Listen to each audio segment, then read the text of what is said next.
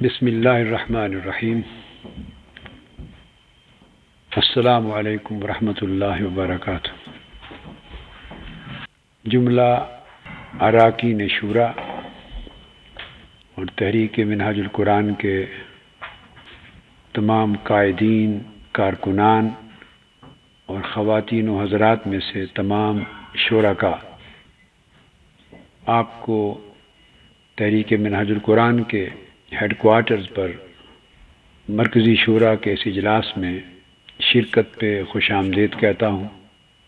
بہت خوشی ہوئی ہے کہ الحمدللہ تعالی آپ کے شورا کے اس اجلاس میں مجھے بتایا کہ حاضری شورا کے ممبران کی کوئی 533 کے قریب ہے، کوئی لگ بھگ اتنا بتایا انہوں نے، 550 کے قریب اراکین شورا یعنی تحریک منہاج القرآن کی پارلیمنٹ کے ممبر حاضر ہیں، تو سب کو بار دیگر خوش آمدید کہتا ہوں۔ اب مجھے صرف اتنی اطلاع ابھی مجھے پہنچی ہے، انہوں نے پرنٹ نکال کے دیا ہے کہ میلاد النبی صلی اللہ تعالی علیہ وآلہ وسلم کی کانفرنس کے سلسلے میں کہ ممبران شورا میں سے کسی ایک شخص نے، یہ ساتھی نے رائے دی تو اس پر ممبران شورا سے رائے لی گئی اور ممبران شورا نے اتفاق کے رائے سے اب پھر یہ فیصلہ کیا ہے کہ مجھ پر پابندی لگا دی ہے کہ میں نہ آؤں۔ ممبران شورا میں سے معلوم نہیں کس نے رائے دی تھی، لیکن میں نے خود ناظم اعلیٰ سے کہا تھا کہ یہ کب تک آپ روکتے رہیں گے مجھے، اور مجھے آپ نے روک کے یہاں رکھا ہوا ہے اور اپنے آنے کے لیے بہت زوردار طریقے سے کہا، مگر انہوں نے سختی سے روک دیا اور اب فتویٰ شورا کا مجھے بھجوا دیا ہے، حالانکہ میری اپنی شدید خواہش تھی۔ مجھ سے غلطی یہ ہوئی کہ میں اس کا اظہار کر بیٹھا اور میں نے ناظم اعلیٰ صاحب کو کہہ دیا کہ میں آ جاؤں گا۔ اگر نہ کرتا اور خاموشی سے عمل کر لیتا تو شاید کسی کو پتہ ہی نہ چلتا اور آ جاتا، مگر یہ کہ اجازت نہیں دی گئی۔ اللہ تبارک و تعالی آپ سب کا حامی و ناصر ہو، اس مشن کو کامیابی اور کامرانی سے ہمکنار کرے، منزل مقصود تک پہنچائے۔ آج سے چند دن قبل جو میری گفتگو ہوئی تھی، بڑی مفصل گفتگو ہوئی تھی MSM کی جو پارلیمنٹ کے ساتھ، وہ ایک اچھی گفتگو ہے، فکری، نظریاتی اور بہت سے امور جو تحریک کے حوالے سے موجودہ حالات کے تناظر میں ضروری تھے، تو وہ بڑی مفید گفتگو ہے۔ آپ احباب سنیں گے انشاءاللہ اس پر تحریک کا جو آئیڈیولوجیکل سٹینس ہے اور موجودہ حالات جو اس وقت پریولنٹ حالات ہیں، کنٹمپریری سچویشن ملکی اور بین الاقوامی، اس کے ریفرنس میں جو بڑی امپورٹنٹ چیزیں میں نے کہی ہیں وہ آپ کے کام آئیں گی۔ آپ سارے احباب سنیں، بار بار سنیں اس CD کو اور پھر آگے بھی پہنچائیں اور سنائیں، وہ اس تحریک کا پورا فکر دیتی ہے وہ چیز۔ اب چند چیزیں اس وقت جو میرے ذہن میں آ رہی ہیں، اور یہ باتیں میں ان باتوں سے مختلف کرنا چاہتا ہوں جو کوئی 5-6 روز پہلے MSM کی پارلیمنٹ سے کر چکا ہوں۔ تحریک کا جو سٹینس ہے، تحریک کی جو فکر ہے اور ہمارا جو زاویہ نگاہ اور طرز عمل جو ہر ایک کو اپنانا چاہیے اور جس طریقے سے اپنا فرض ادا کرنا چاہیے، یہ بعض نئی جہتوں سے آپ کے سامنے آئے۔ لہذا آج کی گفتگو کا مواد چاہتا ہوں کہ اس سے ذرا مختلف ہو، جب آپ اس کو بھی سنیں گے اور اس کو، تاکہ مل کے پوری بات آپ کو کاملاً سمجھ میں آ جائے گی۔ آپ کو اس امر پہ توجہ کرنا اشد ضروری ہے، چونکہ آپ سب اراکین شورا ہیں اور آپ پوری تحریک کے نمائندگان ہیں، اور پھر آپ کی آواز تحریک کی آواز ہے۔ آپ نے پورے مشن کو ریپریزنٹ کرنا ہے اور ہر جگہ اپنے فکر کو واضح طریقے سے پیش کرنا ہے، قوم کو بیدار کرنا ہے۔ تو یہ چیزیں اس وقت تک ممکن نہیں ہوتی جب تک آپ کو خود کلیئرٹی نہیں ہے بعض چیزوں پر۔ اس وقت جو صورتحال ہے پاکستان میں، اس کو اگر سامنے رکھیں تو آج کی بات میں اگر بعض پہلوؤں کے اعتبار سے تشنگی محسوس ہو تو وہ آپ کو پھر اس دوسری CD میں جو آج دے دیں گے آپ کو، اس کے ذریعے اس کا ازالہ ہو جائے گا۔ میں ریپیٹیشن نہیں چاہتا باتوں کا ہو جائے۔ تحریک منہاج القرآن کا جو نقطہ نظر ہے، خواہ دینی اور مذہبی ہو، روحانی اینگل سے ہو، خواہ سیاسی زاویہ نگاہ سے ہو اور خواہ سماجی اور معاشرتی زاویہ نگاہ سے ہو، یعنی 3 زاویہ نگاہ بنتے ہیں تحریک کے فکر کو، تحریک کے نقطہ نظر کو سمجھنے اور آگے پیش کرنے کے لیے، اور آپ کا جو امتیازی شان ہے اس کو اجاگر کرنے کے لیے، یا دینی اور مذہبی روحانی نقطہ نظر بنتا ہے، یا سیاسی نقطہ نظر بنتا ہے، یا سماجی اور معاشرتی نقطہ نظر بنتا ہے۔ اور پھر 3 دائرے بن جاتے ہیں، یا تو آپ کا ذاتی بیہیویئر کا دائرہ بنتا ہے جو 1 to 1 لوگوں کے ساتھ، پرسن ٹو پرسن آپ کی ڈیلنگ اور آپ کا بیہیویئر ہوتا ہے، جس سے لوگ آپ کی ذات کو، آپ کے فکر کو، آپ کے قول کو، آپ کے عمل کو ایک تحریک کا نمائندہ سمجھتے ہوئے ایویلویٹ کرتے ہیں، اسیس کرتے ہیں۔ تو آپ کا ذاتی دائرہ کار ہے۔ دوسری صورت بنتی ہے قومی دائرہ کار کی، کہ اس میں آپ معاملات کو کس طرح دیکھتے ہیں۔ تیسری صورت بنتی ہے بین الاقوامی دائرہ کار، کہ اقوام عالم میں آپ اپنی قوم کو یا ملت اسلامیہ کو یا پاکستانی قوم کو من حیث المجموع کیسی ریلیشننگ دیکھنا چاہتے ہیں۔ ان تمام پہلوؤں میں ایک بات ذہن نشین کر لیں کہ جب میں کہہ رہا ہوں تو اس سے مراد پوری تحریک منہاج القرآن اور اس کا ہر فرد ہے۔ ہماری سوچ کا 3 طرز کی سوچوں کے ساتھ کھلا ٹکراؤ ہے، یاد رکھ لیں۔ ہم ٹکراؤ اور تصادم کے قائل نہیں ہیں، مگر 3 سوچوں کے ساتھ ہمارا ٹکراؤ اور تصادم ہے۔ یعنی ہم اتنے کلیئر ہیں کہ ہماری سوچوں کا 3 سوچوں کے ساتھ ہم آہنگی نہیں ہو سکتی، اور وہ 3 سوچیں، ایک کنزرویٹزم ہے، تنگ نظری، نہ ہماری سوچ میں تنگ نظری آ سکتی ہے، نہ آنی چاہیے، اور نہ تنگ نظری پر مبنی سوچوں کے ساتھ ہماری ہم آہنگی ہو سکتی ہے۔ اور جب میں کہہ رہا ہوں کہ ہمارا ان سوچوں سے ٹکراؤ ہوا، اس کے مراد اس سے لڑائی کرنا نہیں ہے کسی سے، صرف سوچ کا امتیاز بتا رہا ہوں۔ آئیڈینٹیٹی آپ کی آئیڈیالوجی کی، آپ کی تھاٹ کی، آپ کی فلسفی، آپ کا وے آف تھنکنگ، اس کی یعنی ان 3 سوچوں کے ساتھ اس کی مطابقت نہیں ہے، اس سے امتیاز ہیں، آئیڈینٹیفائیڈ ہیں۔ ایک تو کنزرویٹزم، تنگ نظری، خواہ وہ کسی بھی شکل میں ہو، وہ تنگ نظری مذہبی بھی ہو سکتی ہے، وہ فرقہ واریت بن جائے، سیکٹیرینزم ہو جائے، اور لوگ بحیثیت امت کے سوچنے کے وہ فرقوں اور مسالک کے دائرے میں اپنے آپ کو بند کر کے سوچیں۔ سنیوں کی یہ رائے ہے، شیعوں کی یہ رائے ہے، دیوبندیوں کی یہ رائے ہے، اہل حدیثوں کی یہ رائے ہے، ہم مقلدوں کی یہ رائے ہے، غیر مقلدوں کی یہ رائے ہے۔ تو یہ جو مکاتب فکر ہیں، ان کے دائروں میں اپنے آپ کو تنگ کر کے، تو وہ تنگی ہر سوچ پر، جب آپ قومی سطح پہ سوچیں، امت کی سطح پہ سوچیں، تو وہ سوچ آپ کی پوری فکر کے اوپر حاوی ہو جائے، محیط ہو جائے۔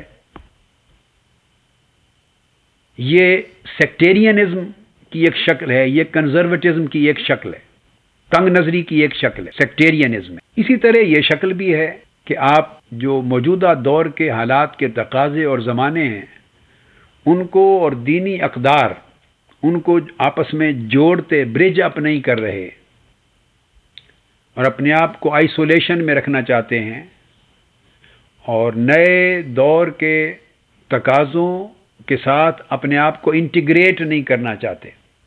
تو یہ جو آئسولیشن کی سوچ ہے، یہ بھی کنزرویٹزم ہے، تنگ نظری ہے، ہماری سوچ میں یہ بھی نہیں ہے۔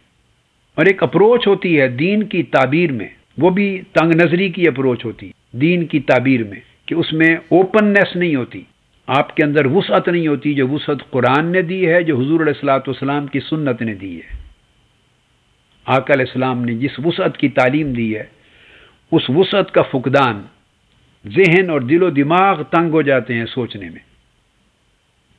تو دینی مسائل کی تشریح بھی اسی تنگ نظری سے ہوتی ہے، احکام کی تشریح تنگ نظری سے ہوتی ہے، معاملات کی تشریح تنگ نظری سے ہوتی ہے، اپنا طرز عمل، دوسروں کے ساتھ بیہیویئر، یہ سارا تنگ نظری کے ساتھ ہوتا ہے، خواہ گھریلو زندگی ہو، خواہ باہر کی زندگی ہو۔ تو ہماری سوچ، تحریک منہاج القرآن کی سوچ میں وہ کنزرویٹزم نہیں ہے، یہ تنگ نظری دراصل پسماندگی ہے سوچ کی۔ حضور علیہ الصلوۃ والسلام کی بعثت اور تمام انبیاء علیہ السلام کی بعثت انسانیت کو تنگ نظری سے باہر نکالنا تھا، نیرونیس سے اوپننیس کی طرف لانا تھا، وسعت عطا کی آقا علیہ الصلوۃ والسلام نے۔ تو تحریک منہاج القرآن اس وسعت کی آئینہ دار ہے جس کا اشارہ رب العالمین میں ملتا ہے۔ اللہ تبارک و تعالی نے اپنی ربوبیت کو ربوبیت عامہ کہا ہے، عوالم کا رب ہے، جس کا اشارہ رحمت للعالمین میں ملتا ہے، جس کا اشارہ نذیرا للعالمین میں ملتا ہے، جس کا اشارہ ارسلت الی الخلق کافہ میں ملتا ہے، جس کا اشارہ یا ایھا الناس انی رسول اللہ علیکم جمیعا میں ملتا ہے۔ اے نسل بنی آدم، میں تم سب کی طرف اللہ کی رسالت لے کے آیا ہوں۔ ہمیشہ یاد رکھیں، اس کو پریکٹیکلی اپلائی کرنا ہے۔ آپ کو بہت سے لوگ ملیں گے، اور یہ بات ذہن میں رکھیں کہ یہ صرف مذہبی لوگوں میں ہی تنگ نظری نہیں پائی جاتی، سیاسی لوگوں میں بھی تنگ نظری ہوتی۔ آپ پاکستان کا نقشہ آپ کے سامنے ہے، جو کچھ پاکستان میں ہو رہا ہے سیاسی عمل میں، سیاسی جماعتوں کے مابین، یہ بہت سارا تنگ نظری کی پیداوار ہے۔ ان کے اندر وسعت نظری ہے ہی نہیں، اور تانا دیتے ہیں صرف دینی اور مذہبی لوگوں کو۔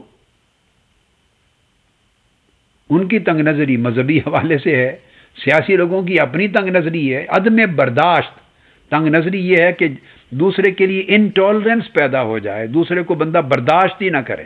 اب آپ دیکھ لیں کون برداشت کر رہا ہے پاکستان میں۔ تو یہ تنگ نظری کی مختلف شکلیں ہیں۔ علاقائیت بھی تنگ نظری ہے، یہ بلوچ اور پختون اور پنجابی اور سندھی، ان اصطلاحات میں اور ان تناظر میں سوچنا، یہ بھی تنگ نظری ہے۔ پوری پاکستانی قوم کو چھوٹی چھوٹی قومیتوں میں تقسیم کر کے نام لینا کہ اتنی قومیتوں کے لوگ، یہ چھوٹی چھوٹی، یہ بھی تنگ نظری ہے۔ اب آپ دیکھیں امریکہ میں 50 سے زیادہ سٹیٹس ہیں، مگر وہ سارے کے سارے امریکنز ہیں۔ خود کینیڈا میں 13 کے قریب صوبے اور ٹیریٹریز ہیں، وہ سب کینیڈین ہیں۔ جب انہوں نے سرنڈر کر دیا، کنفیڈریشن ہو گئی، سرنڈر کر دیا اپنی سوورنٹی کو اور ایک سٹیٹ میں شمولیت کر لی، تو وہ ایک قومیت بن جاتی ہے، وہ کینیڈینز ہیں۔ اب برطانیہ میں 4 صوبے ہیں، ان کی ایک اپنی اپنی الگ تاریخ ہے، ہر ایک کی داستان ہے۔ انگلینڈ کی ایک اپنی داستان ہے، اسکاٹ لینڈ کی اپنی داستان ہے، آئرلینڈ کی اپنی داستان ہے، وہ اپنی اپنی ہسٹری ہے ان کی، مگر وہ برٹن کے ہو گئے، سارے برطانوی ہو گئے۔ لوگ وسیع اکائیوں کی طرف بڑھ رہے ہیں۔ یہ میں پورا میسیج دے رہا ہوں پاکستانی قوم کے لیے بھی، آپ کے ذریعے۔ اب یورپ میں جتنے ملک ہیں اتنی زبانیں ہیں۔ ڈنمارک کی زبان اور ہے، ناروے کی اور ہے، سویڈن کی اور ہے، فن لینڈ کی ہے، اور جس ملک میں جائیں الگ زبان ہے، پھر ان کی اپنی الگ الگ تاریخ ہے۔ مگر وہ دیکھیں وہ سب یورپین یونین بن گئے، ملک الگ الگ ہیں، کانسٹیٹیوشن الگ الگ ہیں، ایک ہی کرنسی ہے، ایک ہی ویزا بن گیا ان کا، ایک ہی پاسپورٹ ہو گیا۔ تو لوگ چھوٹی چھوٹی اکائیوں کو بڑی اکائیوں میں مدغم کر کے اپنے دائرے کو وسیع کرتے جا رہے ہیں۔ تو جو سمجھ لیں، جو لوگ یا قومیں یا افراد وسعت کی طرف یا وسعت نظر و نگاہ کی طرف جائیں، سمجھے وہ ترقی کی طرف جا رہے ہیں، اور ہم وسعت کو چھوڑ کر تنگ نظری چھوٹی چھوٹی اکائیوں کی طرف جا رہے ہیں۔ میں نے انڈیا کی مثال دی، آپ کے پڑوس میں ہے، اس کی بھی بے شمار سٹیٹس ہیں، درجنوں زبانیں بولی جاتی ہیں، مگر سارے انڈین ہیں، وہاں دنگا فساد نہیں ہے۔ اس کے اسباب ہیں۔ تو بدقسمتی یہ ہے کہ ہمارے ہاں اس قوم کو یہ شعور بھی 63 برس گزر جانے کے باوجود ان کے دل و دماغ میں کوئی لیڈر تو ہوا ہی نہیں ہے۔ بدقسمتی ہے، قائد اعظم کی وفات ہو گئی اور ان کے کولیگز چلے گئے، پھر اس کے بعد لیڈر نہیں ملا پاکستان کو۔ مجموعی طور پہ اس سطح کے لوگ پاکستان کی قیادت سیاسی طور پر کرتے رہے ہیں کہ جن کو بیشتر اوور ویلمنگ میجورٹی جو یونین کونسل یا ضلع کونسل یا تحصیل کونسل یا ٹاؤن اور یہ اس سطح کے ناظم جن کو ہونا چاہیے صلاحیت کے اعتبار سے، اس سے اوپر کے درجے کے لوگ نہیں تھے۔ میں نے ذکر کیا تھا، یعنی وہ لوگ جن کے پاس ویژن ہی نہیں ہے سرے سے، فیوچرسٹک ویژن تو دور کی بات ہے، پریزنٹ ویژن بھی نہیں ہے۔ ان کی کوئی منزل ہی نہیں ہے، کوئی ڈائریکشن ہی نہیں ہے، ان کے پاس کچھ نہیں ہے کہ وہ کیا کرنا چاہتے ہیں. تو اس کی وجہ سے پوری کی پوری قوم ہی نہیں بن سکی، اور اس قوم کو کردار ہی نہیں مل سکا. اور یہ چیز پوری دنیا میں، پاکستانی جہاں بھی دنیا میں آباد ہیں، اس کا کردار اور اس کا بیہیویئر اور اس کا جو کنٹریبیوشن بدترین ہے بحیثیت انسان کے، بحیثیت قوم کے نمائندے کے. دکاندار ہے تو ایک پاکستانی دکاندار دوسرے کا دشمن ہے، یہاں بھی، وہاں جہاں چلے جائیں. انڈیا کے ہیں اگر دو بیٹھے ہیں تو ایک دوسرے کی جڑ نہیں کاٹیں گے. کچھ رولز ریگولیشنز ہوں گے، کچھ ان کے اصول ہوں گے، اس کی پاسداری کریں گے. یہ تو یہاں عالم ہے کہ ایک چھوٹے سے کونسلر کا الیکشن ہوتا ہے، کونسلر کا، ہندو سکھ بھی کثیر تعداد میں رہ رہے ہوتے ہیں، پاکستانی بھی رہ رہے ہوتے ہیں، وہ آپس میں اکٹھ کر کے ایک بندے کو کھڑا کرتے ہیں، یہاں بھی باہر کی مغربی دنیا ایک بندے کو، اور وہی جیتتا ہے اور وہ صوبائی اور فیڈرل پارلیمنٹ میں بھی جاتا ہے. یہاں پاکستانیوں کی جب باری آتی ہے تو ایک کونسلر کی سیٹ پر بھی 12 پاکستانی کھڑے ہو جاتے ہیں. آپ اندازہ کر لیں کتنا تشدد اور افتراق ہے، کتنی نفسا نفسی ہے، کتنی بے کرداری ہے، کتنی تباہی ہے احوال کی. ایک کونسلر کی سیٹ پہ 12 پاکستانی کھڑے ہو جاتے، 50 60 70 80 100 ووٹ لے کے سارے ذلیل ہو کے گھر آ جاتے، اور دوسری قومیتوں کے لوگ جیت جاتے ہیں، وہ مل کے ایک آدمی کو آگے کر دیتے ہیں. پھر کوئی آدمی الیکٹ ہوتا ہے پاکستانی تو وہ یہاں بھی پارٹی بدل لیتا ہے. دوسرے کسی نے کبھی پارٹی نہیں بدلی، یہاں بھی بدل لیتے ہیں. پاکستانی ایک الیکٹ ہو گیا تو وہ پارٹی اپوزیشن چھوڑ کے تو رولنگ پارٹی میں چلا گیا، پارٹی چھوڑ دی. اس طرح کے کردار بھی ہر جگہ دکھاتے ہیں.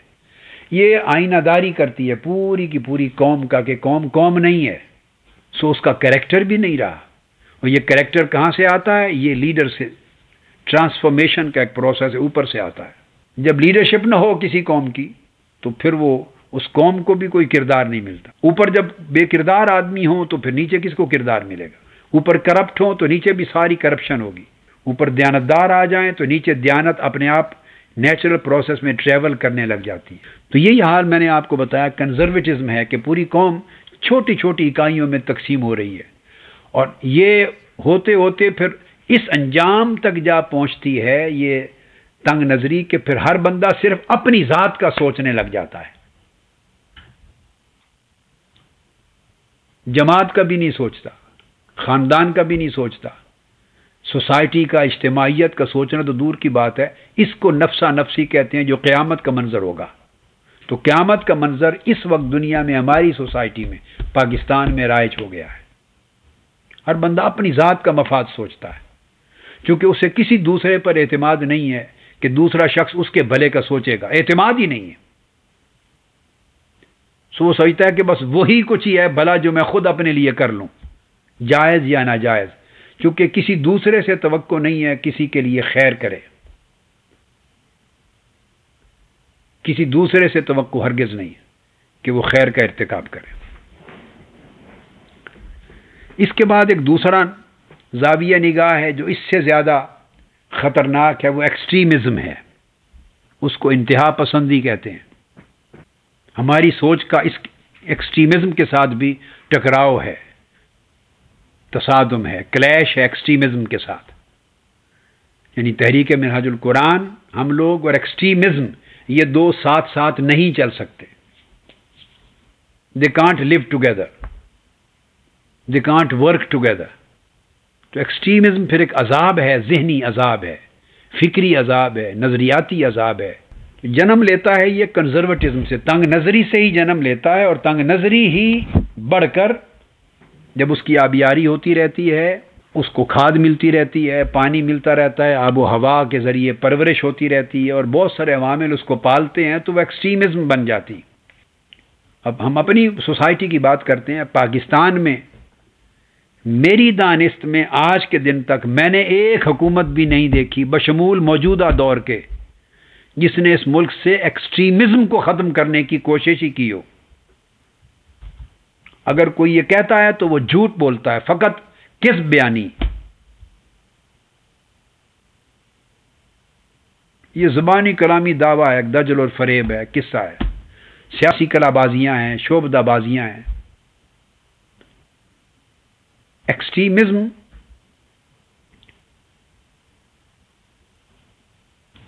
مذہبی ایکسٹریمزم بھی اور سیاسی ایکسٹریمزم بھی، علاقائی ایکسٹریمزم بھی، مختلف شکلوں میں۔ اس وقت تو مذہبی ایکسٹریمزم ملک میں پورا عذاب بنا ہوا ہے، اور ہم جنگ لڑتے ہیں پاکستان میں تیسرے مرحلے کے خلاف، جس کا نام ٹیرورزم ہے۔ وہ دہشت گردی ہے، ملیٹنسی ہے، ٹیرورزم ہے، دہشت گردی ہے۔ تو ٹیرورزم تو ہوتی ہے جب ایکسٹریمزم بندوق اٹھا لیتی ہے، جب انتہا پسندی اپنی مسلح ہو جائے اور گولی بندوق چلائے اور تلوار چلائے تو وہ ٹیرورزم کہلاتی ہے۔ تو جب تک اس نے ہتھیار نہیں اٹھایا تھا اس وقت تک تو آپ نے اس کو پالا ہے، اور میں تو اور کچھ نہیں تو کم سے کم پچھلے 30 سال سے دیکھ رہا ہوں پاکستان میں، پورے 30 سال جو میرا مشاہدہ ہے، یہاں ہر قسم کی ایکسٹریمزم کو ہمیشہ پالا گیا ہے، اس کی پرورش کی گئی ہے، اور آج کے دن تک اس کی پرورش ہوتی۔ صرف ان لوگوں کو اس وقت مارتے ہیں جو ان کو کاٹنے لگتے ہیں، جب ان کو ڈستے ہیں تو اس وقت مارتے ہیں ان کو۔ ایک کو مار دیا تو نسل سانپوں کی ساری تھوڑی ختم ہو جاتی ہے، کئی اژدہا بن چکے ہوتے ہیں، جو ڈستا ہے اسی کو مارتے ہیں۔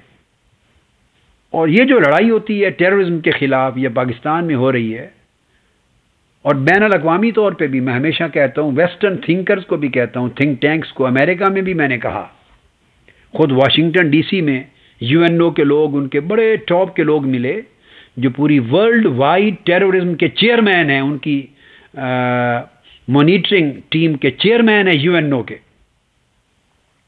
جو پوری دنیا میں ٹیررزم کے مانیٹرنگ کرنے والے لوگ، آفیشلز، ان کا وفد مجھے ملا، ان کے چیئرمین ہیں، اور اسٹیٹ ڈپارٹمنٹ کے لوگ آ کے ملے، اور مختلف نمائندگان آ کے، گورنمنٹ کے، وائٹ ہاؤس کے سارے، اور انگلینڈ میں بھی بڑے ذمہ داران لوگ ملتے ہیں۔ جہاں بھی کوئی ملتا ہے تو یہ باتیں میں ان ساروں سے کہتا ہوں، یہ نہیں کہ صرف آپ کو کہہ رہا ہوں، میں نے کہا ہے انہیں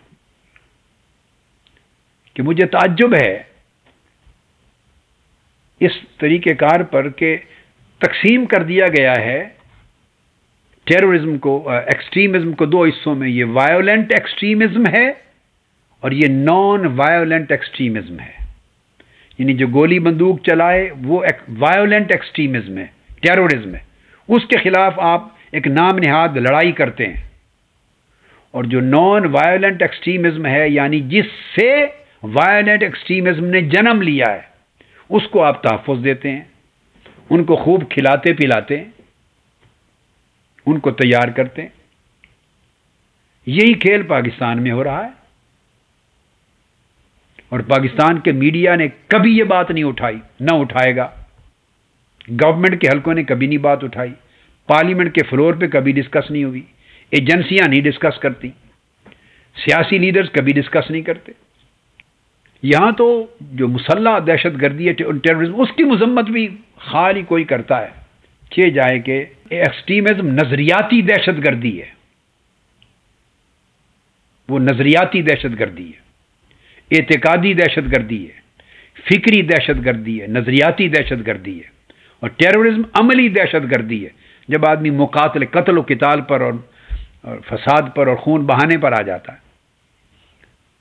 تو یہ خون بہانے کا عمل، قتل و غارت گری کا عمل ایک رات میں تو نہیں جنم لے لیتا، اس کے پیچھے اس کی اپنی ایک تاریخ ہوتی ہے۔ ایک بیج سے شروع ہوتا ہے درخت، تو پھر وہ اگتا ہے، پودا بنتا ہے، بنتا بنتا ایک درخت بنتا ہے، شاخیں لگتی ہیں، پھل پھول آتے ہیں، پھر پھل لگتے ہیں، پھر پھل پکتے ہیں، اس کو آپ کاٹتے ہیں، جب پھل لگ جاتا ہے اس کے اوپر تو وہ ٹیررزم بنتی ہے، وہ دہشت گردی تو پھل ہے، ایکسٹریمزم کا پھل ہے دہشت گردی۔ درخت کو آپ نے محفوظ رکھا ہوا ہے، اس کو پانی بھی دے رہے ہیں، کھاد بھی دے رہے ہیں، مالی بھی رکھے ہوئے ہیں اس کی حفاظت رہے، تو وہ تو پھل دیتا رہے گا۔ آپ 100 بار کاٹتے رہیں گے تو اس کا کام ہی یہی ہے، پھل دیتا رہے، آپ کاٹتے رہیں، وہ پھر پھل دے گا، ہر موسم میں پھل دے گا۔ وہ اتنا ہی گیپ آتا ہے جتنا ایک فصل اور ایک بار کا پھل کاٹنے کا اگلے پھل آنے تک جو گیپ ہوتا ہے، اس میں گیپ آتا رہتا ہے۔ تو یاد رکھ لیں کہ ہماری سوچ جو ہے تحریک منہاج القرآن کی، اس سوچ کی ان 3 سوچوں کے ساتھ مطابقت نہیں ہے۔ سب سے کم تر نقصان دہ چیز ہے اپیرنٹلی ہے بنیاد۔ تو کنزرویٹزم، تنگ نظری نہیں ہے ہمارے اندر، نہ ہونی چاہیے۔ ایکسٹریمزم نہیں ہے ہمارا شعار، نہ ہونا چاہیے۔ ٹیرورزم نہیں ہے ہمارا شعار، نہ ہونا چاہیے۔ اور ان تینوں سوچوں کے خلاف ہماری جنگ ہے، مگر ہماری جنگ فکری جنگ ہے، نظریاتی جنگ ہے، آئیڈیولوجیکل، ایکڈیمک، فلسفیکل وار ہے، فکر اور دعوت اور تبلیغ اور عمل کی وار ہے۔ اب یہ جو 3 چیزیں میں نے آپ کو بتائیں، یہ میں نے جینرک نیمز بتائے ہیں۔ جب آپ میڈیسن خریدتے ہیں، لینے جائیں نا میڈیسن، تو ایک ہوتا ہے جس کو آپ کہتے ہیں، کمپنی جب بناتی ہے تو اس کا ٹریڈ نیم ہوتا ہے۔ تو مختلف کمپنیاں جب وہی ایک دوائی بناتی ہیں تو ہر کمپنی اس کا نام الگ الگ رکھتی ہے، ہر کمپنی الگ نام رکھتی ہے۔ تو وہ ڈیفرنٹ ٹریڈ مارکس اور ڈیفرنٹ ٹریڈ نیمز کے ساتھ وہ دوائی، مثلا اگر 5 کمپنیاں بنا رہی ہیں تو 5 مختلف نام ہوں گے، مگر ہر ایک کے نیچے بریکٹ میں دیکھیں گے تو جینرک نیم ایک ہی ہوگا، مطلب اس کا فارمولا ایک ہے۔ اب میں ایک اگلا سٹیپ جو بول رہا ہوں وہ یہ کہ جو میں نے 3 لفظ بولے یہ جینرک نیم ہیں، اور ہر سٹیج پر ان کے ٹریڈ نیمز الگ الگ ہوتے ہیں، وہ میں مینشن نہیں کرنا چاہتا۔ کنزرویٹزم کے بھی کئی ٹریڈ نیمز ہیں، کئی کمپنیوں نے الگ الگ بنا رکھے ہیں اور ہر ایک کے الگ الگ کئی نام ایگزسٹ کرتے ہیں۔ ایکسٹریمزم کے بھی ٹریڈ نیمز الگ الگ ہیں۔ جینرک نیم اس کا ایکسٹریمزم ہے، مگر اس کی شیپس، اس کی فارمیٹس، اس کے ٹریڈ نیمز مختلف ہیں۔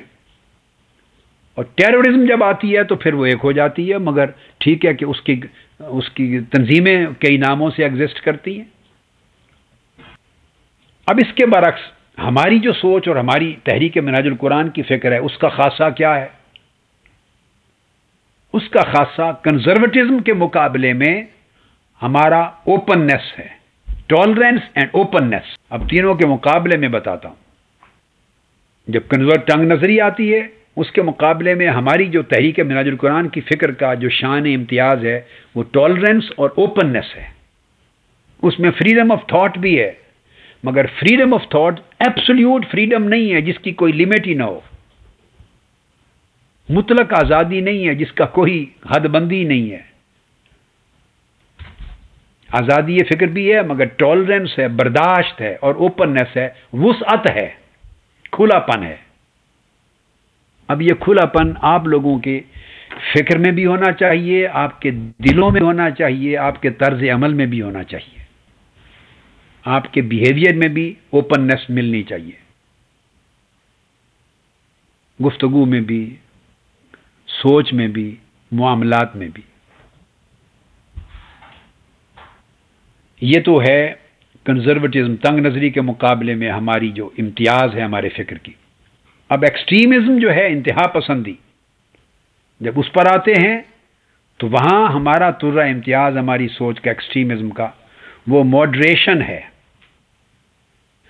اور ایک لفظ میں نے پچھلی بار بولا تھا، صرف اس لفظ کو آج میں یوز کروں گا، تو وہ کمبینیشن ہے ہمارا ایکسٹریمزم جو ہے اس کے مقابلے میں ہماری تھاٹ کمبینیشن ہے ماڈریشن کی، یعنی وسطیہ اور اعتدال، توسط، میانہ روی اور اعتدال، اور ماڈرنزم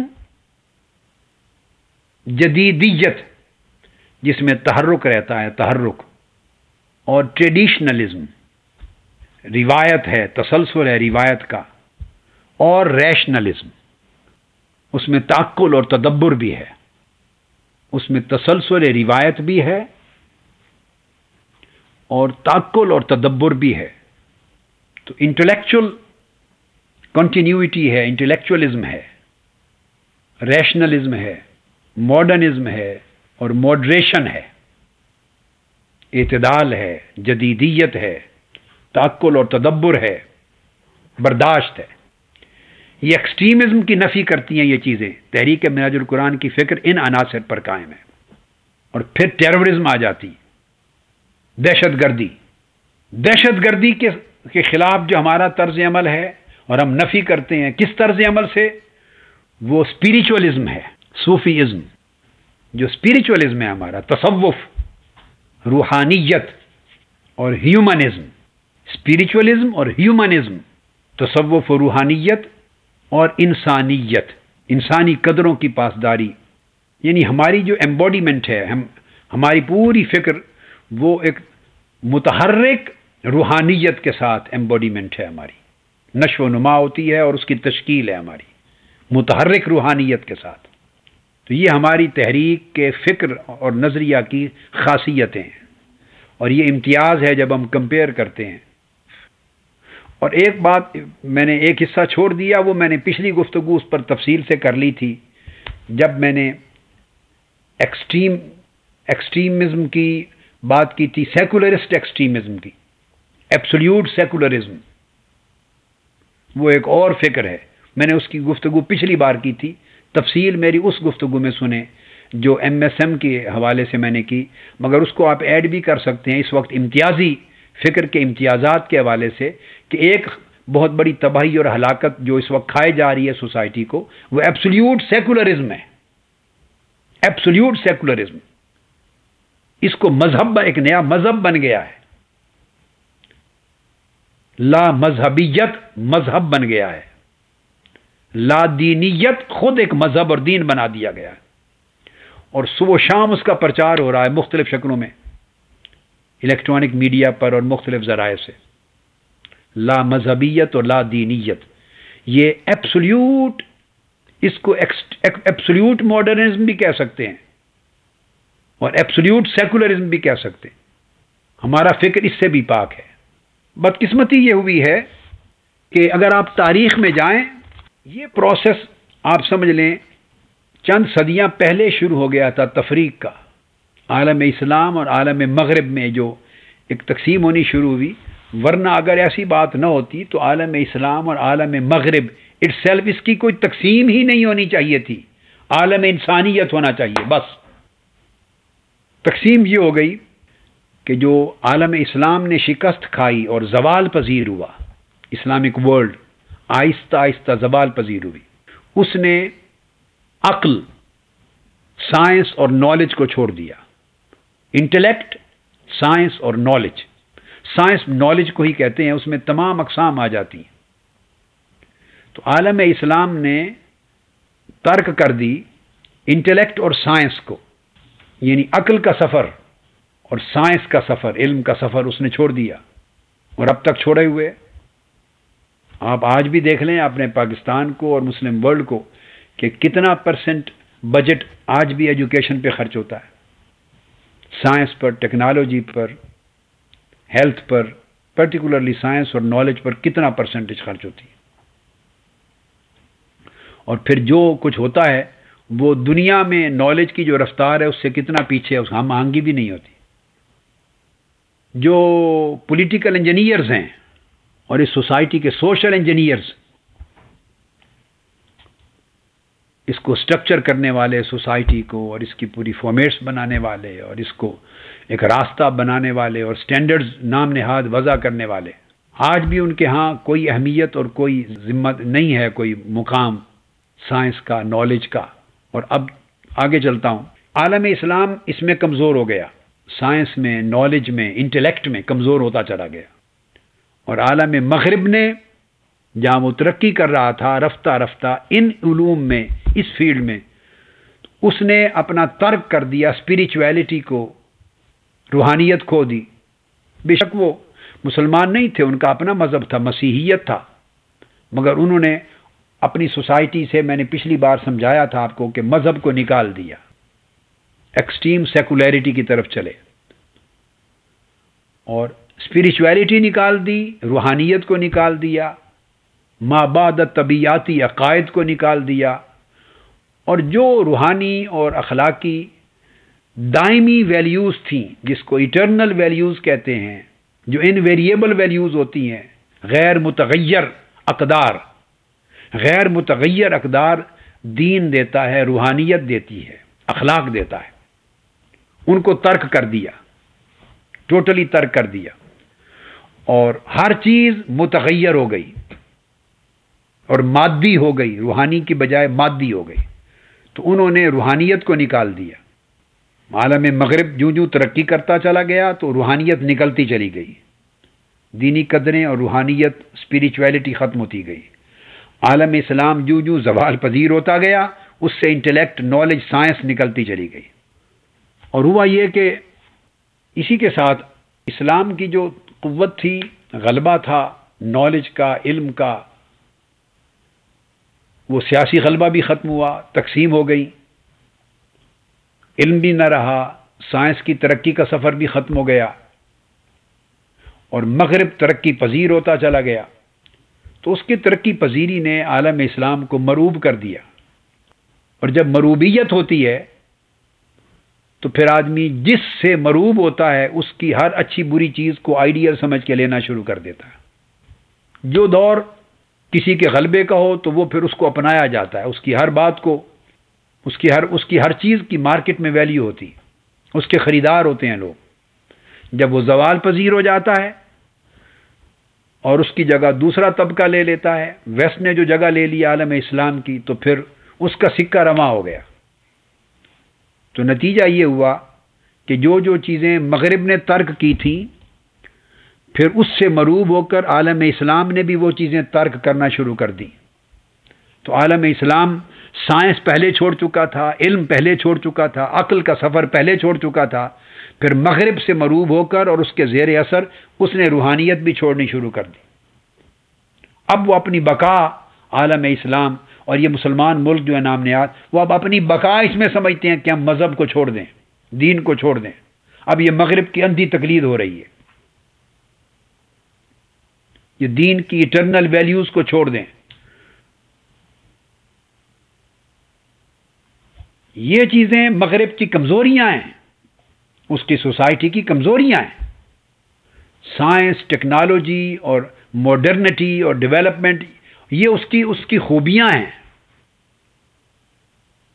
تو جو کمزوریاں ہیں اس سکے کو بھی عالم اسلام نے ایسا قبول کیا کہ آج موسٹلی الا ماشاء اللہ حکمران، دانشور، اینکرز، ڈسکس کرنے والے، اوپینین میکر، سارے اسی سکے کو لے کے آگے چلا رہے ہیں، اور انڈائریکٹلی دین اور مذہب کے خلاف ایک مسلسل مہم جاری، ایمان اور عقیدے کو کمزور کرنے کے لیے ایک مہم جاری، دائمی غیر متغیر قدروں کو ختم کرنے، اس تصور کو مٹانے کے لیے ایک مہم جاری۔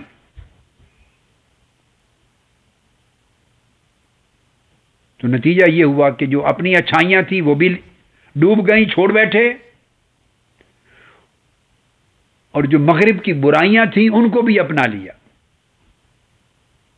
اپنی اچھائیاں خود چھوڑ دی تھی اور مغرب کی کمزوریاں بھی لے لیں سودے میں، اور جو مغرب کی اچھائیاں ہیں اس کی طرف نظر اٹھا کے نہیں دیکھی کہ سائنس پر توجہ دیں، نالج، علم پر توجہ دیں، انسٹیٹیوشنز پہ توجہ دیں، اور سوسائٹی کے انسانی حقوق پر توجہ دیں۔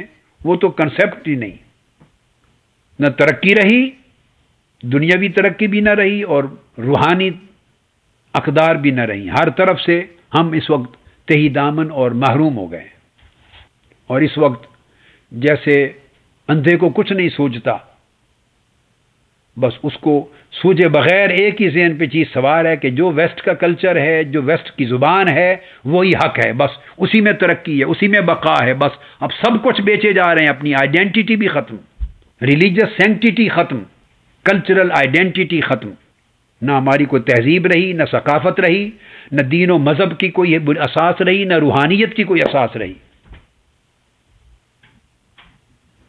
گویا ہم سیلف ریجیکشن پر آ گئے اور سیلف ہیومیلیشن پر آ گئے۔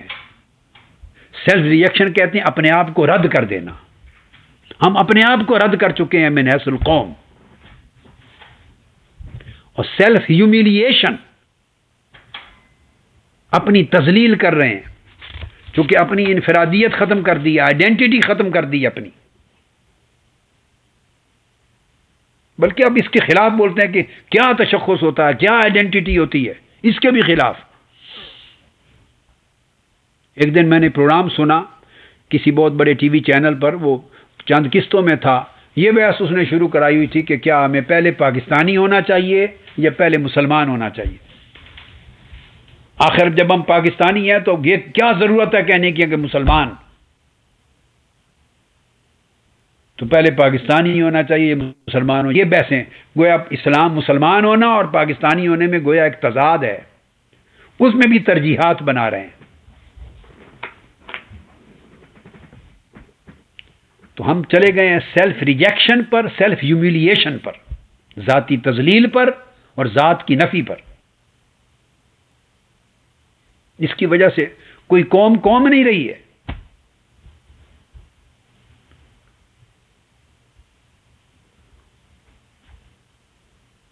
اب اس اندھیری رات میں جہاں آندھی بھی ہے، طوفان بھی ہے، کوئی سوچ بھی کہ چراغ بھی نہیں جل رہے، اندھیری رات ہے، اس میں ہم اپنی فکر کا چراغ جلا رہے ہیں، اپنی سوچ کا چراغ جلا رہے ہیں، ایک سٹرگل کر رہے ہیں. ایک سٹرگل ہے ہماری. میں کبھی کبھی سوچتا ہوں ان حالات میں جہاں ایک ایسا ہنگامہ ہے کہ عقل اور شعور کی بات سننے والا ہی کوئی نہیں. کئی بار میں سوچتا ہوں کہ بالفرض ان حالات میں یہی ہوتا پاکستان میں تو میری ایکٹیویٹیز کیا ہوتی. پاکستان میں تنہا سفر کرنا، سٹرگل کرنا، اس کا ماحول ہی نہیں ہے، نہ پہلے تھا نہ اب ہے. کیونکہ اس بولی کا ابھی کوئی سوداگر ہی نہیں، قوم ہی نہیں ہے اس بولی کو سننے والی. کوئی ٹی وی چینل ہی اس بات کو سننے سمجھنے کے لیے تیار نہیں، اس کو ایئر کرنے کو تیار نہیں ہے.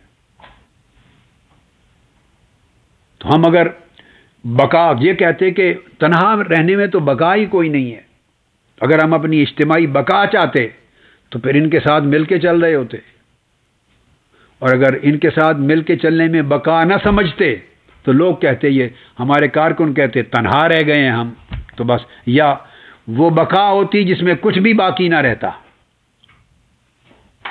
یا تنہا ہوتے. تو ہم تو دونوں صورتوں میں تنہا ہیں. جب کسی کی بولی سننے سمجھنے والا نہ ہو، اور قوم، بدقسمتی یہ ہے کہ جس قوم کو آپ اندازہ کر لیں بجلی نہیں مل رہی، جس قوم کو آٹا نہیں مل رہا، جس قوم کو پانی نہیں ملتا صحیح صاف ستھرا، روزگار جس کو نہیں مل رہا، بجلی نہیں ملتی، بل آ رہا ہے، چینی نہیں ملتی، کبھی آٹا اور گندم نہیں ملتی، کبھی سی این جی نہیں ملتی، کبھی پیٹرول نہیں ملتا، گیس اسٹیشن پہ پرابلمز ہیں، جان محفوظ نہیں ہے، مہنگائی آسمان پر ہے. اگلے دن میں نے ایک معروف شخصیت ہیں ان سے ٹیلی فون پر بات ہوئی تو وہ کہنے لگے کہ وہ عالم جہاں جس ملک میں اب دال 200 روپے کلو ہو جائے. یہ مجھے ایک پروفیسر ہیں اور ڈاکٹر ہیں، بڑے نامور ملک کے، ان سے میری بات ہو رہی تھی. تو بتائیں کہ کیا کوئی آدمی کس طرح زندہ رہے. پہلے ایک وقت تھا ایک غریب آدمی کا سہارا دال تھی، اور محاورہ تھا چلو بھائی اور کچھ نہیں تو دال روٹی تو مل ہی جائے گی نا. اب دال 200، اسی طرح یہ ریٹ دال کا، ہاتھ سے اشارہ کر دیں ایسے. تو وہ کہنے لگے دال جس ملک میں 200 روپے کلو ملے اور سبزیاں خدا جانے نہ ملیں، کیا کچھ بھی نہ ملے. اور آپ دیکھتے ہیں کہ یہی آج یا 2 سال کے بعد یا اس سے پہلے جس دن الیکشن ہو، آپ دیکھ لیں گے یہی گھوڑا، یہی میدان، آپ کو ووٹ پڑھ کے پورا نظارہ سامنے آ جائے گا. انہی کو ووٹ مل جانے، انہی کو ووٹ مل جانے. دیکھ لیں آپ، اس قوم نے انہی کو ووٹ دینے. کسی کے 5-10% بڑھ جائیں گے، کسی کے کم ہو جائیں گے، بس مگر رہیں ادھر ووٹ. یہاں ایک سوال پیدا ہو سکتا ہے، آپ کہہ سکتے ہیں یا کوئی کہہ سکتا ہے کہ پھر کس کو دیں. یہ بھی ایک راستہ ہے کہ قوم ٹوٹل اس نظام کو اور اس پوری کی پوری قیادت کا جو پورا ایک تانا بانا ہے، جو تماشا بنا ہوا ہے، ایک پورے کے پورے 17 کروڑ عوام کے خلاف، یہ ساری سیاسی قیادت ایک سازش کا نام ہے، مسترد کر دیں، ووٹ ہی نہ دیں، نکلے ہی نہیں باہر ووٹ کے لیے، رد کر دیں۔ 5% 10% اگر ٹرن آؤٹ ہو جائے گا، پوری قوم رد کر دے گی، پورا دنیا رد کر دے گی الیکشن کو، سمجھ آ جائے گی کہ تمام لوگوں کو من حیث الکل من حیث المجموع رد کر دیا ہے قوم نے، تو اس وقت کہیں گے کہ ہاں اس قوم نے کوئی شعوری فیصلہ کیا، کوئی شعور ان کو آیا ہے، جاگی ہے۔ وہ 30-35% کے درمیان ریٹ چلا آ رہا ہے پرسنٹیج ووٹ کاسٹ کرنے کی طویل مدت سے، اوورال 30-35% کے درمیان کاسٹ ہوتے ہیں۔ جس دن الیکشن ہو آپ گن لیں یہی پرسنٹیج ہوگی، بس اتنے ہی کاسٹ ہوں گے، اور جس کو جتنے ملتے ہیں 5 to 10% تھوڑے سیٹوں کی پلس مائنس کے ساتھ انہی کو مل جانے ہیں، دیٹس اٹ۔ جس کا مطلب یہ ہے کہ قوم ان سے تنگ نہیں ہوئی۔ یہ آپ کے خیالات ہوتے ہیں بعض اوقات، جو درد مند لوگ ہیں، مخلص لوگ ہیں، انقلاب چاہتے ہیں، تبدیلی چاہتے ہیں، وہ جب ان کے اندر ایک آگ لگتی ہے حالات دیکھ کر، تو وہ ان کا اپنی ایک سوچ بول رہی ہوتی ہے کہ لوگ بہت تنگ ہیں۔ میری دانش میں لوگ کوئی تنگ نہیں ہے۔ تنگ ہوتے تو محاورہ ہے تنگ آمد با جنگ آمد، تو وہ جنگ کے لیے اس نظام کے خلاف جنگ کر دیتے، باہر نکل آتے۔ اس نظام کے خلاف تو آج تک بولا ہی کوئی نہیں ہے۔ اگر آپ کہیں کہ رائے عامہ ہموار کرنے والے ٹی وی ہوتے ہیں تو ٹی وی نہیں بولتا، ٹی وی بولے گا ہی نہیں، میڈیا نہیں بولے گا کبھی اس نظام کے خلاف، وہ اس نظام کا حصہ ہے، وہ کیوں بولے؟ سیاسی جماعتیں رائے عامہ ہموار کرتی ہیں، سیاسی جماعتیں نہیں بولیں گی، وہ اس نظام کا حصہ ہے، ان کی بقا اسی نظام سے ہے، اس نظام کی بقا ان سے ہے، ان کی بقا اس نظام سے ہے۔ تو یہ تو ستون ہے، سارے مل جل کے چل رہے ہیں، یہ سارا کچھ گرما گرم سارا کریں گے، ایک کو اتارنے اور دوسرے کو لانے کے لیے، پھر اس کے بعد اسے اتارنے اور اس کو لانے کے لیے، اسی یونی چکر میں رہیں گے، اسی یہ جو بدی اور برائی کا جو چکر ہے اسی میں ہی رہیں گے۔ نظام کے خلاف کوئی نہیں بولا، اور نہ کوئی اور ادارہ بولے گا۔ بعض اوقات جن اداروں سے لوگ بڑی توقعات رکھ لیتے ہیں وہ بھی نہیں بولیں گے نظام کے خلاف۔ اگر قوم ایک نظام سے تنگ آ جائے تو پھر انقلاب کا آغاز ہوتا ہے۔ آپ کی ذمہ داری ہے کہ اس قوم کو آگاہ کرنا کہ تمہارا اصل دشمن یہ نظام ہے۔ قوم کو یہ آگاہی دینی ہے کہ یہ پورا کا پورا نظام دشمن ہے، آپ کا 17 کروڑ عوام کا اور پورے پاکستان کا یہ نظام دشمن ہے۔ اس نظام کو اٹھا کے سمندر میں غرق کرنے کی ضرورت ہے۔ اس نظام نے پوری کرپشن کو سپورٹ اور تحفظ دے رکھا ہے، اس نظام نے کرپٹ پارٹیوں کو تحفظ دے رکھا ہے، اس نظام نے وہ لوگ جو زیرو کے حقدار ہیں ان کو ہیرو بنا رکھا ہے۔ یہ نظام پوری قوم کو محروم کر رہا ہے۔ عوام جمہوریت یہ نام ہے مختلف، یہ فراڈ کے بہت بڑے نام ہیں اس ملک میں۔ کوئی اسلام کا نام یوز کرتا ہے، کوئی نظام کا نام یوز کرتا ہے، کوئی جمہوریت کا نام یوز کرتا ہے، کوئی عوام کا نام یوز کرتا ہے۔ یہ نام انہوں نے بنا رکھے ہیں، بدقسمتی سے دین و مذہب کو بھی اسی کھاتے میں ڈال رکھا ہے۔ استغفر اللہ العظیم، لا حول ولا قوت الا باللہ العلی العظیم۔ اللہ پاک محفوظ کرے اس شر سے۔ عوام آپ کے سامنے ہے کہ کئی لوگوں جو نااہل ہوئے الیکشن میں، جن کی ڈگریاں جعلی نکلی، وہ جا کے 3 مہینے کے اندر الیکشن جیت کے پھر آ گئے، سب وہی جیت کے آ گئے الیکشن۔ تو آپ کس طرح سوچتے ہیں کہ قوم ابھی انقلاب کے لیے تیار ہے؟ قوم نے تو انقلاب دشمنوں میں سے کسی ایک چھوٹے سے بت کو بھی ابھی رد نہیں کیا۔ سو آپ کس سٹیج پر کھڑے ہیں؟ شعوری انقلاب لانے کی سٹیج ہے، باقی باتیں مت سوچا کریں۔ اس قوم کو شعوری انقلاب کی ضرورت ہے، یہ سو چکی ہے قوم، اس کی غیرت کو جگانے کی ضرورت ہے، اس کی شعور کی آنکھ کھولنے کی ضرورت ہے۔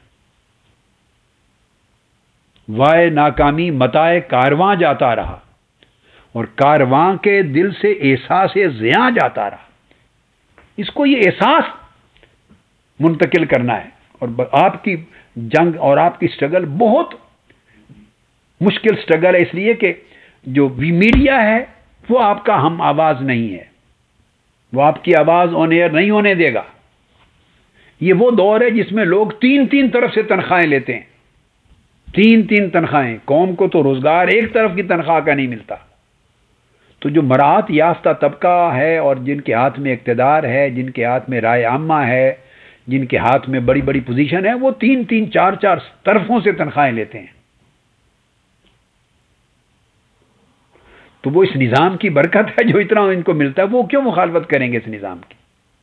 ان کی ساری لڑائی آپس کی ہوتی ہے، حصے کی کمی بیشی کی، اور اب میری باری ہے اور اب آپ کی باری، آپ نے بہت کھا لیا اب ہمیں باری دے، بس اس کے سوا اور آگے کوئی نہیں۔ اس کے لیے دل مردہ ہو چکے ہیں، ہمارے دل مردہ ہو چکے ہیں، شعور مردہ ہو چکے ہیں، روحیں مردہ ہو چکی ہیں، حق اور باطل کی تمیز مٹ چکی ہے، اور دنیا کلیتاً آخرت کے اوپر غالب ہو چکی ہے۔ ضرورت اس امر کی ہے، میں اب اس کے روحانی ایسپیکٹ کی طرف اب آ رہا ہوں، ضرورت اس امر کی طرف ہے۔ اب وہ ایک اینگل رہ گیا تھا اپنی قوم سے آگے کے بعد ہمارا بطور نیشنل انٹرنیشنل بین الاقوامی طور پہ جو ہمارا رابطہ، وہ ہمارا نقطہ نظر انٹیگریشن کا نقطہ نظر ہے۔ ہمارا ویو پوائنٹ یہ ہے کہ بھلائی عالم انسانیت کی سطح پہ سوچنی چاہیے، ہر ایک کا بھلا ہو اور پیسفل کو ایگزسٹنس ہو، گلوبل لیول پر، پوری دنیا کی سطح پر پیسفل کو ایگزسٹنس ہو، امن محبت اور آشتی کا ماحول ہو پوری دنیا میں، اور اقوام، معاشرے اور تہذیبیں اور ثقافتیں ایک دوسرے کو برداشت کریں، ڈائیلاگ کا کلچر ہو، میوچل انڈرسٹینڈنگ کا کلچر ہو۔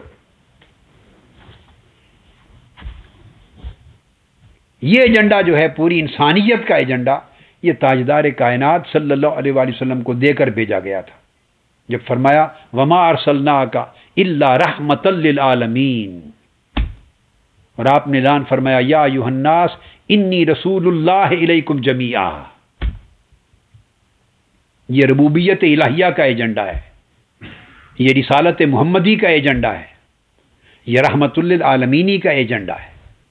نفرتوں کا خاتمہ ہونا چاہیے، انتہا پسندی کا خاتمہ ہونا چاہیے، اور آپ بھی محبت اور امن اور محبت اور روحانیت کے پیغامبر بن کے آگے بڑھیں، وحدت کی طرف بڑھیں اور تفرقہ اور تقسیم کو ختم کریں، برداشت کا ماحول بڑھائیں، عدم برداشت کا خاتمہ کرنے کی کوشش کریں۔ جس جہالت میں اور ہلاکت میں پوری قوم اور ہم ڈوبے ہوئے ہیں، اس ہلاکت سے باہر نکالنے کی کوشش کریں لوگوں کو۔ تو میں یہ عرض کر رہا تھا آخری حصہ، آخری بات گفتگو کا، کہ ہم روحانی طور پر بھی، ہمارے دل بھی مردہ ہیں، ہم سوئے ہوئے ہیں، بیدار نہیں ہیں، اور غفلت کی نیند کو موت کہتے ہیں، روحانی موت کہتے ہیں، ہم بیدار نہیں ہیں۔ اس لیے اصل زندگی جو دائمی زندگی ہے، اینڈ لیس ہے، ایور لاسٹنگ ہے، وہ ہماری نظر سے اوجھل ہے۔ حقیقت میں جس دن موت آئے گی تو موت سے بیداری کی آنکھ کھلے گی، موت بندوں کو بیدار کر دے گی، موت بندوں کو بیدار کر دے گی۔ اس لیے کہ زندگی میں اصل نفع نقصان جس کی سمجھ نہیں آ رہی ہمیں، ترجیحات دیگر گوں ہو گئی ہیں، اور ہمارا انجام کیا ہوگا، انجام سے ہم بے خبر ہیں، یہ سب غفلت کے نتائج ہیں۔ موت غفلت کے ان سارے پردوں کو اٹھا دے گی، تو جو آج نظر نہیں آ رہا وہ نظر آ جائے گا، آنکھوں کے سامنے ہوگا۔ کفار کا بھی یہ عالم ہے کہ جو وہ نہیں مانتے تھے قیامت کے دن وہ مان جائیں گے، اللہ کو نہیں مانتے تھے قیامت کے دن مان جائیں گے، جنت و دوزخ کو نہیں مانتے قیامت کے دن مان جائیں گے، حساب و کتاب کو نہیں مانتے قیامت کے دن مان جائیں گے۔ ہر وہ حقیقت جس کا وہ انکار کرتے ہیں، قیامت کے دن ہر وہ حقیقت جب آنکھوں کے سامنے آ جائے گی مان جائیں گے، اس وقت وہ ایمان لائیں گے اس پر، مگر وہ مشاہدہ کی بنیاد پر لایا ہوا ایمان ان کے کام نہیں آئے گا۔ جب انجام اپنا دیکھ لیں گے تو اس انجام کو دیکھ کر جو ایمان لائیں گے کام نہیں آئے گا۔ جیسے فرعون آخر وقت میں ایمان کا اس نے اعلان کر دیا تھا جب ڈوب رہا تھا اور اسے موت نظر آ رہی تھی، اور موسیٰ علیہ السلام کی کامیابی کو اس نے دیکھ لیا تھا۔ تو ڈوبتے ہوئے موت کے سمندر میں غرق ہوتے ہوئے اس نے اعلان کر دیا تھا میں ایمان لاتا ہوں، لیکن وہ ایمان اس کو نفع نہ دے سکا۔ تو موت کے بعد تو بندے کو سب کچھ نظر آ جانا ہے، مگر اس وقت جب مانے گا وہ ماننا اس کو نفع نہیں دے گا، وہ بیداری نفع نہیں دے گی، وہ بیداری فائدہ مند نہیں ہوگی۔ فائدہ مند اور نفع بخش وہی بیداری ہے جو مرنے سے پہلے نصیب ہو جائے۔ آج کی بیداری نفع بخش ہے، فائدہ مند ہے۔ اس لیے اولیاء اللہ، ان کا ایک نعرہ ہے، سلوگن ہے، ان کا ایک مینیفیسٹو ہے، وہ تعلیم دیتے ہیں، کہتے ہیں موتو قبل ان تموتو، مرنے سے پہلے مر جاؤ۔ مرنے سے پہلے مر جاؤ کا مطلب یہ ہے کہ مرنے کے بعد جو بیداری تمہیں نصیب ہونی ہے وہ مرنے سے پہلے اختیار کر لو، وہ بیداری آج بیدار ہو جاؤ۔ آج کا بیدار ہونا نفع بخش ہے، مرنے کے بعد کی بیداری کوئی نفع نہیں دے گی۔ اور آج کی بیداری کی علامت اور پہچان یہ ہے، سمپل۔ آپ کہیں گے کیسے پتا چلے کہ فلاں کو بیداری نصیب ہو گئی اور فلاں کو نہیں؟ ایک سمپل پرنسپل دے رہا ہوں، جیسے تکڑی ترازو ہوتا ہے، ہر آدمی آسانی سے تول سکتا ہے۔ بیداری کا معیار اور پیمانہ وہ کیا ہے؟ بس اپنی زندگی میں دنیا کو بھی دیکھو اور آخرت کو بھی دیکھو۔ اس وقت جو ہماری زندگی گزر رہی ہے، انفرادی طور پہ بھی اور اجتماعی طور پہ، اس میں آخرت بھولے ہوئے ہیں اور ہماری آخرت دنیا کے تابع ہی کیا ہے، بلکہ آخرت سرے سے بھولے ہوئے ہیں۔ دنیا ہماری حکمران ہے، نفس حکمران ہے، شیطان حکمران ہے، خواہش دنیا حکمران ہے، بری مجلسیں، بری صحبتیں حکمران ہیں، شہوتیں حکمران ہیں۔ یعنی جو جو ہمارے دشمن تھے وہ ہمارے دوست ہیں۔ اس وقت نفس ہمارا دشمن تھا، سب سے بڑا دشمن شیطان تھا، وہ ہمارا دوست ہے۔ بہت بڑا دشمن ہمارا نفس تھا، ان النفس لامارۃ بالسوء، شیطان عدو مبین ہے، نفس امارۃ بالسوء سب سے بڑا دشمن ہے۔ خواہشات اور شہوات نفسانی ہماری دشمن ہیں، بری صحبتیں، بری دوستیاں، بری مجلسیں دشمن ہیں، مگر ہم سب انہی چار چیزوں کے تابع ہیں۔ ہماری پوری زندگی کی لگام ان چار چیزوں کے ہاتھ میں ہے۔ آخرت کا رول ہماری اس دنیا کی زندگی میں دور دور تک کہیں نہیں ہے، آخرت کا انفلوئنس ہماری لائف پہ نہیں ہے۔ اب میں نے بات کہی کہ یہ پہچان کیسے ہو کہ بیداری نصیب ہو گئی، سمپل سا فارمولہ دیتا ہوں، اور وہ یہ، دنیا ترک نہیں کرنی۔ دنیا میں ہمیں اللہ نے بھیجا ہے، پیدا کیا ہے، اور اسی نے زندہ رکھا ہوا ہے ابھی اس دنیا میں۔ یہ جو ایام حیات ہیں یہ اللہ کی طرف سے مقرر کردہ ہے، یہ امر الہی ہے، اور یہ ساری آزمائش اور امتحان کا دور ہی یہی ہے۔ تو دنیا سے بھاگنا نہیں، دنیا سے چھوڑنا، دنیا کو چھوڑنا نہیں ہے، بلکہ دنیا کو آخرت کے تابع کر دینا، بس یہ پرنسپل ہے۔ دنیا کے معاملے میں جو فیصلہ کرنے لگیں، آخرت کو دیکھیں کہ آخرت یس کہتی ہے یا نو، آخرت یہ کام کرنے کی اجازت دیتی ہے یا منع کرتی ہے۔ بس دنیا کے ہر کام سے پہلے آخرت کے فیصلے کو دیکھیں، اگر اس کے نتیجے میں ہوگی تو کر ڈالیں، اگر اس نتیجے میں آخرت کا نقصان ہوگا تو باز رہ دیں۔ اگر آخرت کہے ہاں میں خوش ہوں اس کام کے کرنے سے، وہ دنیا کا کام کر لو، اگر آخرت کہے نہیں میرا نقصان ہوگا تو اس کام سے باز آ جاؤ۔ بس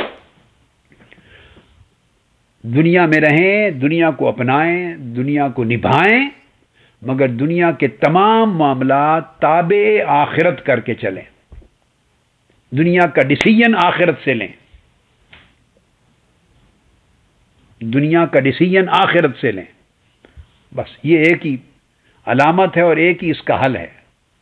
بس تھوڑا ڈائریکشن چینج کرنا پڑے گا، کام سارے ہوتے رہیں گے۔ تمام اولیاء کرام اس بات پہ متفق ہیں کہ کھانے پینے کا نام دنیا نہیں ہے، آخرت اس سے منع نہیں کرتی۔ اچھا پہننے کا نام دنیا نہیں ہے، اچھی سواری کا نام دنیا نہیں ہے، اچھے گھر کا نام دنیا نہیں ہے، اچھے رہن سہن کا نام دنیا نہیں ہے، آرام دہ زندگی اگر گزر رہی ہے اس کا نام دنیا نہیں ہے۔ آخرت نے الحمد سے والناس تک پورے قرآن میں ان تمام چیزوں میں سے کسی ایک چیز کو کہیں بھی اللہ پاک نے منع نہیں فرمایا، حتیٰ کہ اللہ پاک نے فرمایا دنیا کی جو زینتیں ہیں اللہ نے مقرر کی ہیں، ان زینتوں کو کس نے حرام کیا ہے؟ یہ زینتیں بھی منع نہیں ہیں۔ منع کیا چیز ہے؟ جو منافی آخرت کام ہے، یعنی اللہ کے جو اوامر اور نواہی ہیں، حلال اور حرام کا جو ضابطہ اللہ نے بنا رکھا ہے، جائز اور ناجائز کا، جس پر مدار آخرت ہے، بس ان احکام کی مخالفت یہ دنیا ہے۔ ہم نے اس اینگل سے جائزہ نہیں لیا، اور اگر ہم دنیا کو تابع آخرت کر دیں، کوئی فیصلہ کرنے لگیں۔ سیدنا امام حسن بصری رضی اللہ تعالیٰ عنہ اپنے مریدین کو اور اپنے تلامذہ کو ہمیشہ نصیحت کرتے کہ بیٹے اگر کوئی دوست بنانے لگو دنیا میں، کوئی دوست ہم نشین جس سے دوستی اور پیار کرنا چاہتے ہو بنانے لگو، تو سوچو اس کی دوستی آخرت میں کام آئے گی یا نہیں۔ بس اگر اس کی دوستی آخرت میں کام آنی ہے تو دوست بنا لو، اگر اس کی دوستی نے آخرت میں تمہیں کوئی نفع نہیں دینا تو بیکار کام ہے، مت اس کی دوستی بناؤ، کوئی اور تلاش کرو جس کی دوستی یہاں بھی اور آخرت میں بھی کام آئے۔ بس اس طرح اپنے بیسک طرز عمل کو اس طرح درست کرنا ہے کہ دنیا کو آخرت کے تابع کرنا ہے۔ دنیا اور آخرت کو رکھنا اکٹھا ہے، مگر اس طرح کہ آخرت مطبوع ہو، دنیا تابع ہو، آخرت کی پوزیشن لیڈر کی ہو، لیڈنگ رول ہو آخرت کے پاس لیڈنگ رول ہو، اور دل اللہ کی طرف راغب اور مسافر رہے اللہ کی طرف۔ دنیا کو استعمال کرنے کے دو طریقے ہیں، ایک یہ کہ دنیا آپ پر سوار ہو جائے، یہ طریقہ ہے، یہ اس وقت ہمارا چل رہا ہے، اور ایک یہ طریقہ ہے کہ دنیا آپ کی سواری بن جائے، آپ سوار ہو جائیں۔ بس صرف اتنا فرق پڑے گا کہ دنیا کو اپنے اوپر سوار نہ کرو، دنیا کی پیٹھ پر سوار ہو جاؤ، اور سواری ہمیشہ نیچے ہوتی ہے، سوار کے اوپر نہیں ہوتی۔ سو دنیا کو اپنے نیچے رکھو۔ اللہ نے دنیا آپ کے لیے پیدا کی ہے، آپ کو دنیا کے لیے پیدا نہیں کیا۔ دنیا آپ کی خدمت کے لیے، آپ کی ضرورت کو پورا کرنے کے لیے پیدا کی، آپ دنیا کے لیے نہیں پیدا ہوئے۔ دنیا آپ کی نوکری کے لیے، آپ کی سواری ہے، آپ اس کی پشت پر سوار ہوں، دنیا آپ کے تابع ہو، اس کی لگام آپ کے ہاتھ میں ہو، نہ یہ کہ آپ کی لگام دنیا کے ہاتھ میں ہو۔ بس اتنی چینج کرنی ہے اپنی زندگی، دنیا کی لگام آپ کے ہاتھ میں ہو۔ بس اس وقت ہماری لگام دنیا کے ہاتھ میں ہے، ہماری لگام نفس کے ہاتھ میں، شیطان کے ہاتھ میں، دنیا کے ہاتھ میں، اور اس طرح دیگر دنیاوی آسائشوں کے ہاتھ میں۔ حضور سیدنا غوث العظم شیخ عبد القادر جیلانی رضی اللہ تعالیٰ عنہ فرمایا کرتے تھے اپنے مواعظ میں، وعظوں میں، فرماتے بیٹے کھردرا اور موٹا لباس پہننے اور روکھا سوکھا کھانے میں کوئی شان نہیں ہے کہ کوئی روکھا سوکھا کھاتا ہے، بڑا سادہ کھاتا ہے، کھردرا لباس پہنتا ہے، موٹا لباس پہنتا ہے، پیوند لگے لباس پہنتا ہے۔ فرمایا اس میں نہ کوئی فقر ہے، نہ زہد ہے، نہ تقوی ہے، نہ روحانیت ہے، نہ ولایت ہے، یہ کوئی شان کی چیز نہیں۔ فرمایا شان اس میں ہے کہ تمہارا قلب زہد اختیار کر لے، تمہارا دل زہد اختیار کر لے۔ اور پھر میں انہی کی نصیحت پہ گفتگو ختم کروں گا۔ آپ اپنے مواعظ حسنہ میں ارشاد فرماتے، اپنی مجالس میں، حضور سیدنا غوث العظم شیخ عبد القادر جیلانی رضی اللہ تعالیٰ عنہ فرمایا کرتے کہ اگر دل کو زہد نصیب ہو جائے، دل رغبت دنیا سے پاک ہو جائے، دنیا کے حرص و لالچ سے پاک ہو جائے، اور دل دنیا کے تابع نہ رہے، اور دنیا کے پیچھے ذلیل و خوار ہو کے مارا پھرنے والا نہ رہے، دل دنیا سے بے نیاز ہو جائے، تو پھر آپ فرماتے کہ صاحب بیٹو اپنی ہم مجلسوں کو کہتے بیٹو طرح طرح کی غذائیں کھاؤ مگر زہد کے ہاتھ سے، پھر یہ دنیا داری نہیں ہوگی، نہ کہ رغبت کے ہاتھ سے، رغبت اور چاہت کے ہاتھ سے نہیں، زہد و بے نیازی کے ہاتھ سے کھاؤ، جو چاہو کھاؤ حلال۔ یہ فقیری ہے۔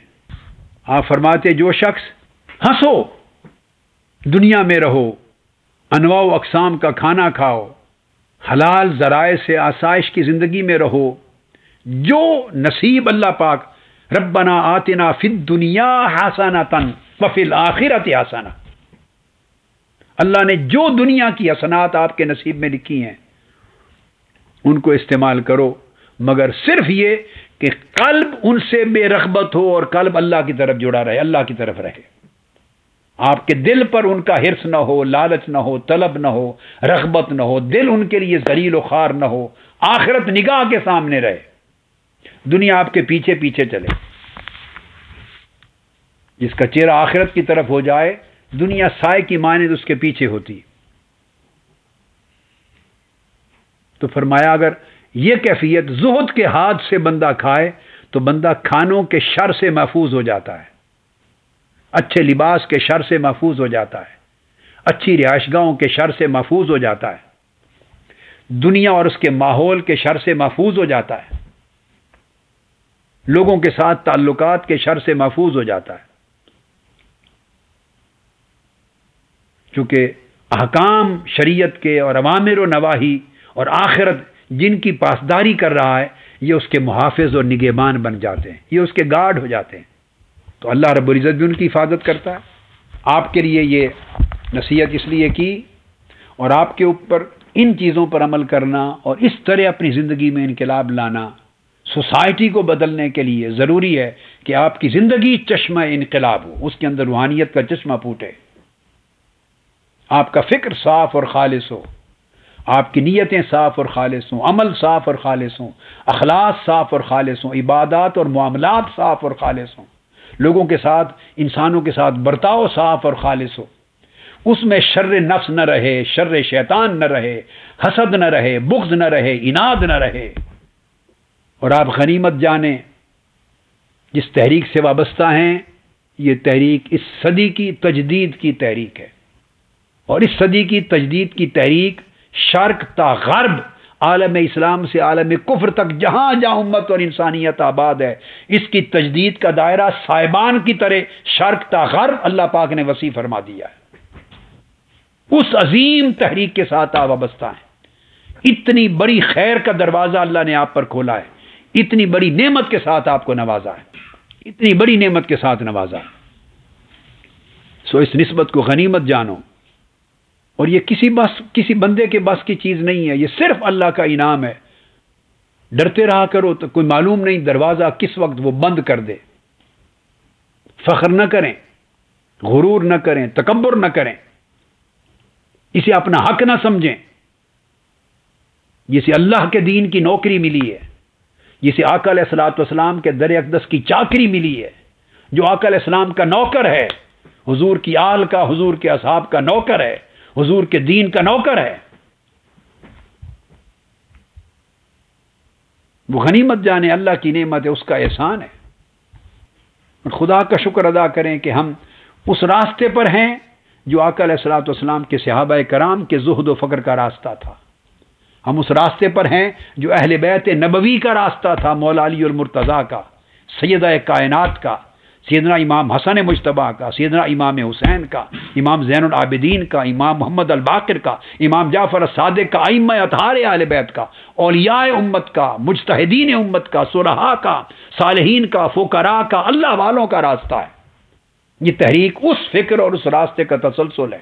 امام اعظم ابو حنیفہ کا راستہ ہے، امام مالک کا، امام شافعی، امام احمد بن حنبل کا، حضور سیدنا غوث العظم کا، حضور خواجہ اجمیر کا، بہاؤالدین نقشبند کا، بابا فرید الدین گنج شکر کا،